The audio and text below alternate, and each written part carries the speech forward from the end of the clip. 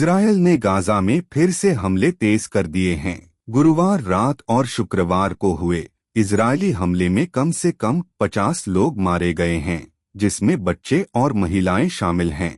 अस्पताल और आपातकालीन कार्यकर्ताओं ने शुक्रवार को ये जानकारी दी है। अलक्सा शहीद अस्पताल के कर्मचारियों ने कहा कि केंद्रीय गाजा में हुए हमलों में 1 दर्जन से अधिक महिलाएं और बच्चे मारे गए हैं, जिनमें नुसीरत, जाविडा, मागाजी और देर अलबालाह शामिल हैं। पिछले दिन एन्क्लेव में दर्जनों लोग मारे गए थे। वहीं शुक्रवार को मारे गए लोगों में स्वतंत्र पत्रकार उमर अल्डेरावी भी शामिल है। मघाजी शरणार्थी शिविर में अब्दुल रहमान अलनब्रीसी ने कहा, हम मिसाइल हमले की आवाज सुनकर जागे। हमने पाया कि पूरा घर तहस-नहस हो गया है।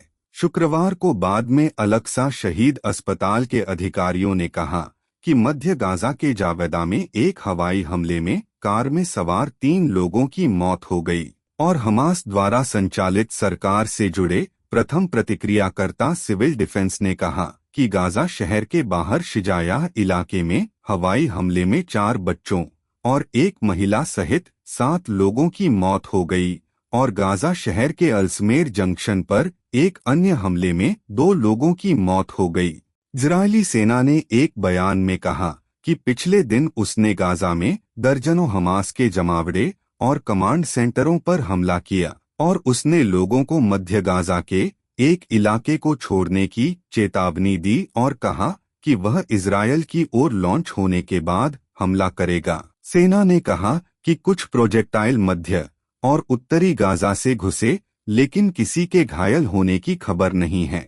इसके इतर इजरायल ने कहा कि शुक्रवार सुबह यमन ने देश में मिसाइलें दागी गई हैं, जिससे यरूशलेम मध्य इजरायल में हवाई हमले के सायरन बजने लगे और लोग शरणस्थलों की ओर भागने लगे।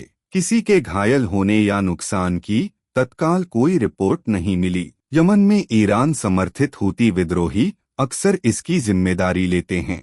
आपको बता दें कि इजरायल और हमास में युद्ध तब शुरू हुआ जब हमास के नेतृत्व वाले आतंकवादियों ने 7 अक्टूबर 2023 को दक्षिणी इजरायल पर हमला किया, जिसमें लगभग 1200 लोग मारे गए और लगभग 250 लोगों को बंधक बना लिया। लगभग 100 बंधक अभी भी गाजा में हैं। कम से कम 1/3 को मृत माना जाता है।